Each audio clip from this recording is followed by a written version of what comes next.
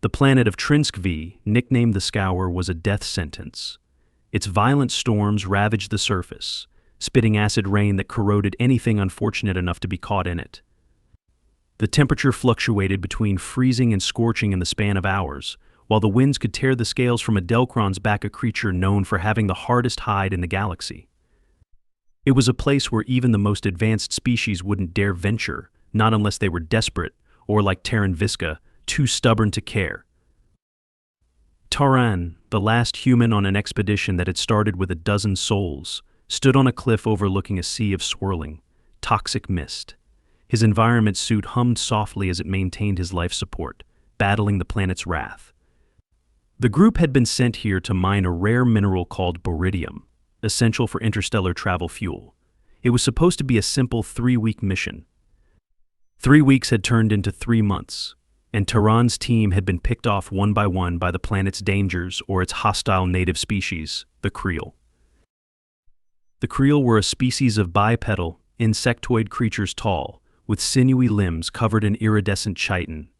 They had claimed the deepest caverns of Trinsk-V as their own and took great offense to any foreign presence.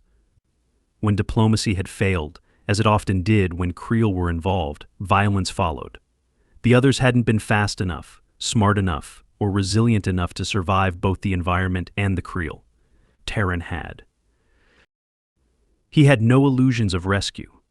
The last supply ship hadn't come, the radio signal couldn't punch through the atmosphere, and the Kreel had destroyed the shuttle. Taran was stranded on a world designed to kill.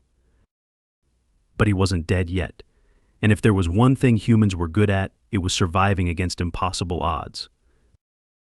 Taran adjusted his suit's visor, a digital map flickering on his display. A small green blip pulsed far to the north, the last known deposit of boridium that hadn't been mined yet. He wasn't here for glory anymore. The mission, the mining, the profits, it was all irrelevant. Now it was personal. Now it was about survival. He set off into the toxic mist. The trek across the wasteland was grueling, but Taran's focus was sharp. Every step was calculated, every decision rooted in his drive to live. His suit kept him protected from the acidic rain and bone-chilling cold, but he still had to manage resources. The power core was dwindling. There would come a point when the suit wouldn't be able to keep the environmental systems running, and then it would only be a matter of time before the planet claimed him. As he traversed the rocky terrain, his mind wandered to the others, his fallen crewmates. Fiera, the mission's leader, had been the first to go, killed in an ambush by the Kreel. Then there was Lax, who succumbed to the planet's sudden heat wave when his suit malfunctioned. One by one, they had all perished. Taran didn't dwell on their deaths out of guilt. He had learned long ago that guilt was useless. He thought of them to remember why he kept going. They hadn't been able to finish the mission. He would. A sharp sound interrupted his thoughts, a clicking, almost too faint to hear. He froze, scanning his surroundings. The Kreel were close. His hand hovered over the pulse rifle strapped to his chest, but he didn't draw it. Not yet. A shadow flitted in the distance, barely visible through the mist. Then another. The Kreel were stalking him. It wasn't the first time they had tried this tactic, and Taran knew what would come next. They would surround him, wait for him to make a mistake, then strike. Taran smirked under his helmet. He wasn't in the mood to play their game today. He activated the EMP burst on his suit, sending out a wave of electromagnetic disruption in all directions. The Kreel, sensitive to changes in energy and relying on their bioelectrical senses to hunt, reeled back in confusion. Taran moved quickly, spinning toward the nearest shadow, raising his rifle, and firing a clean shot. The blue pulse struck the Kreel in the chest, dropping it instantly. The other Kreel screeched a high-pitched, bone-chilling wail that echoed across the plains and charged. Taran fired again, taking down a second before rolling behind a large boulder for cover. His suit's HUD displayed a countdown 3 seconds until the EMP recharged. "Come on," he muttered to himself. The third Kreel lunged, its claws glinting with a sickly green sheen as it slashed at Taran's cover. He ducked low, the claws scraping across the rock just inches from his head, and fired another pulse shot into the creature's abdomen. It crumpled, twitching violently before going still. Silence followed. Taran stayed crouched, breathing heavily. He waited, scanning for more movement, but the Kreel had retreated. They always did when they lost more than two in an engagement. Taran stood slowly, surveying the scene. 3 Kreel corpses lay motionless, their iridescent shells glimmering in the planet's dim light. He nudged one with his boot. Dead. "Guess you underestimated me again," Taran muttered, holstering his rifle. He continued northward, the terrain becoming rougher as he neared the baridium deposit. Massive rock formations jutted from the ground like the teeth of some long-dead beast, and the wind howled through the crevices, creating an eerie, mournful sound. The sky above was a swirling mass of black clouds, rumbling with thunder that never seemed to reach the ground. After hours of walking, Taran reached the edge of a cliff. He peered over, seeing a network of caves carved into the cliffside, leading deep into the ground. His HUD flickered. This was it. The baridium deposit was somewhere in those caves. Taran climbed down carefully, using his suit's enhanced grip to cling to the sheer rock face. As he descended, the air grew noticeably warmer, the temperature shift triggering an alert on his suit. He ignored it. The planet was in a constant state of flux, and he had learned to adjust on the fly. Reaching the cave entrance, Taran pulled out a flare from his pack and ignited it, casting a red glow over the walls.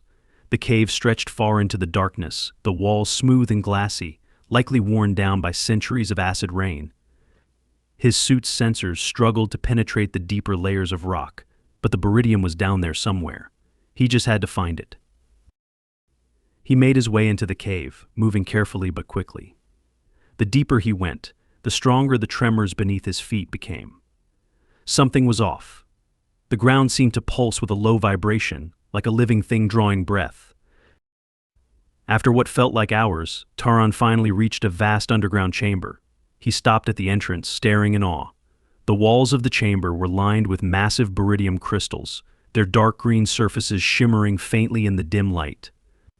It was more baridium than he had ever seen in one place. "Jackpot," he breathed. But as he stepped forward, a sharp crack echoed through the chamber, followed by a rumble that shook the ground beneath him. Taran stumbled, cursing as he regained his footing. A large portion of the chamber wall crumbled away, revealing something unexpected. Behind the crystals was an enormous structure, ancient and half buried in the rock. It was metallic, covered in strange glyphs and symbols that pulsed faintly with light. Taran's pulse quickened. This wasn't just a baridium deposit. This was some kind of alien relic, something far older than the Kreel, far older than anything he had ever encountered. A low hum filled the chamber, and Taran's suit flashed with warnings. The structure was waking up. The ancient device hummed louder, and the air around Taran crackled with energy. He stepped back, scanning the structure with his suit's systems, but the readings were erratic. It wasn't any technology he recognized. His pulse rifle wouldn't do much against something like this, but he kept it at the ready. Then, without warning, the glyphs flared to life, casting the chamber in a sickly green light. The structure rumbled, shifting slightly as ancient machinery stirred. A beam of light shot out from its core, scanning the chamber like a searchlight. Taran ducked behind a boulder, barely avoiding the beam. His mind raced. Whatever this thing was, it was active now, and he had no idea what it was capable of. He glanced at his suit's power levels. He was running low, and whatever was in that structure might be his only way off this cursed planet. The beam swept across the chamber again, and this time it struck one of the baridium crystals. The crystal exploded, sending shards flying in all directions. Taran flinched as a piece of shrapnel pinged off his helmet. This was getting worse by the second. He needed a plan.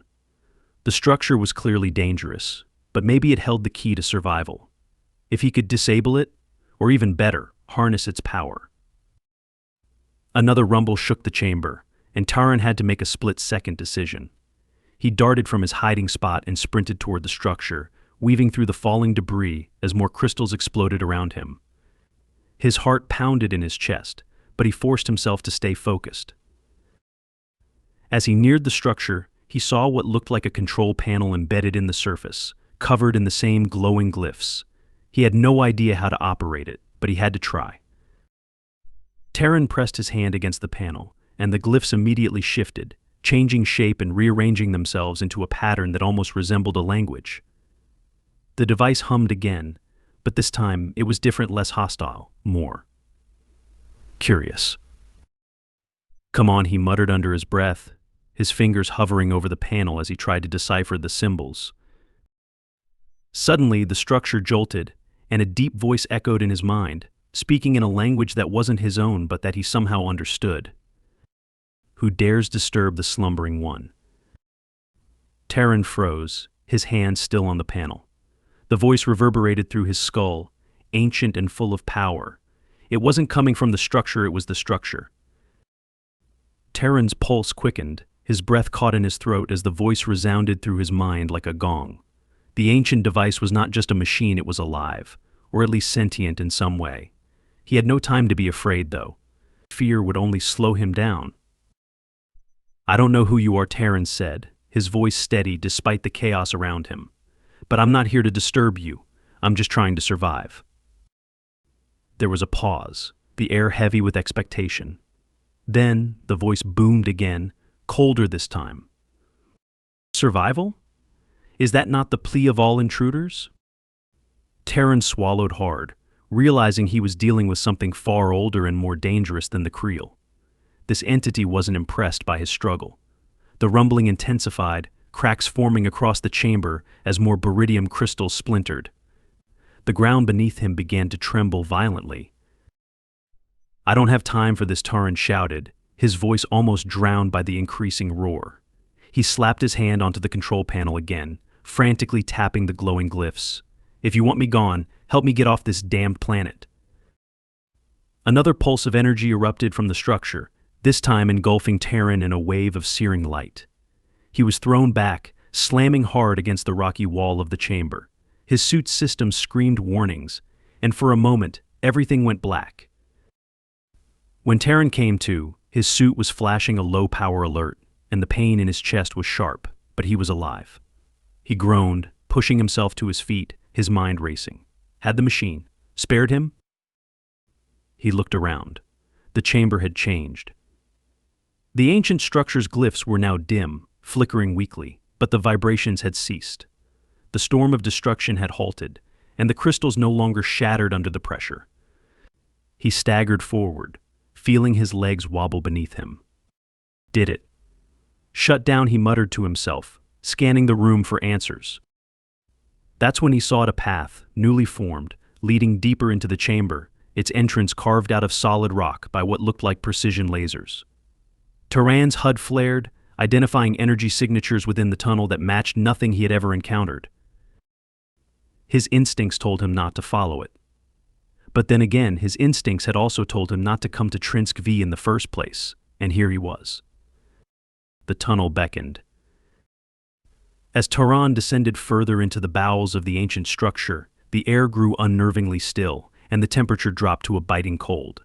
His suit's systems adjusted, compensating for the frigid atmosphere, but his power reserves were dangerously low. Whatever was down here, he needed to find it fast. The tunnel opened up into a vast underground chamber, larger than anything he had ever seen. Towering machines, ancient and covered in dust, lined the walls, devices from a civilization long gone. At the center of the room, suspended by cables and energy beams, was a massive obelisk, carved from the same dark stone as the structure above. The obelisk pulsed faintly with the same green light as the glyphs on the surface. Taran approached cautiously, his rifle still slung over his shoulder but ready at a moment's notice. The obelisk thrummed with energy, and as he neared, he felt the familiar tug in his mind, the same presence he had felt when the structure had spoken to him. "All right," he muttered, running a hand over the device's cold surface. "What are you? And why are you buried here?" The glyphs on the obelisk shifted, just as they had on the control panel, and the voice returned, this time quieter, more measured. "We are the Watchers. Long ago, we slumbered, waiting for the time when we would be needed again. Now we wake." "Wake?" For what, Taran asked, unease creeping into his voice. "And what does that have to do with me?" The response came swiftly, and with a clarity that made the hairs on the back of his neck stand on end. You stand at the end of an era, human. The Kreel, the storms, the planet itself, they are remnants of a forgotten war. But now, with your presence, the cycle begins anew. Taran's brow furrowed. He had stumbled into something far beyond what he could have ever imagined. Cycle? What cycle? I'm just a miner, trying to get off this rock. I don't want any part of your ancient war. The obelisk pulsed again, brighter this time, and the voice grew colder, more ominous. You cannot escape what has already begun. The scour must be purged as it was before. Your kind's resilience is noted, but you, too, are bound by fate. Taran backed away from the obelisk, his mind racing. Fate? War? This was too much. He hadn't signed up to awaken some dormant god machine. He had to get out of here. As he turned to leave, the obelisk flared again, and suddenly, the chamber filled with a swarm of holographic images, scenes of destruction, entire cities leveled by weapons far beyond anything the galaxy had ever seen. Alien species, some familiar and some unknown, fought and died in battles that raged across planets, and in the center of it all, a singular figure stood human, like him, but clad in armor that shimmered with the same green light as the obelisk. Taran's breath caught in his throat. This was no mere coincidence. The vision shifted, showing Trinsk-V, torn apart by the same storms that ravaged its surface today. The Kreel, younger and more numerous, waged war against an unseen enemy. And then, in a final, cataclysmic moment, the obelisk appeared, its light enveloping the planet, wiping it clean of all life. The voice echoed again, cold and unwavering. The cycle repeats, and the end draws near. You are the catalyst, human. You are the last key. Taran felt his blood run cold. He wasn't just trapped on this planet, he was part of its history, its future. Something far larger than himself had chosen him, and there was no escaping it now. No, he whispered, shaking his head. I'm not your key. I won't be part of this. He turned and ran. Taran sprinted through the tunnel, his suit's low-power warnings blaring louder now. He could still hear the voice in his mind, the obelisk's cold declaration ringing in his ears. The storm outside had picked up again, the wind howling through the cavern as he reached the entrance. But something was different. The Kreel were waiting for him. Dozens of them, their towering forms barely visible in the swirling mist. Their eyes glowed faintly in the darkness, and they didn't move as he approached. It was as if they, too, had heard the obelisk's call. Taran skidded to a halt, pulse rifle in hand, but he didn't fire. The Kreel watched him with a strange intensity, their heads tilted as though they were studying him, waiting for something. What are you waiting for? Taran growled, raising his rifle. Come on, then. But they didn't attack. Instead, one of the Kreel, a massive creature, easily twice the size of the others, stepped forward, its chitinous armor gleaming in the dim light. It regarded Taran for a long moment before it spoke, its voice a series of clicks and hisses translated by his suit. You are the one, it said, its tone strangely reverent. The one the Watchers spoke of. The one who will bring the end. Taran's grip on his rifle tightened. I don't know what you're talking about. I'm just trying to get off this planet. The Kreel tilted its head again, then extended one of its long, sinewy arms. Come with us. The cycle must be completed. Taran took a step back, shaking his head. No, I'm not your pawn. I'm not part of this. Prophecy or whatever it is.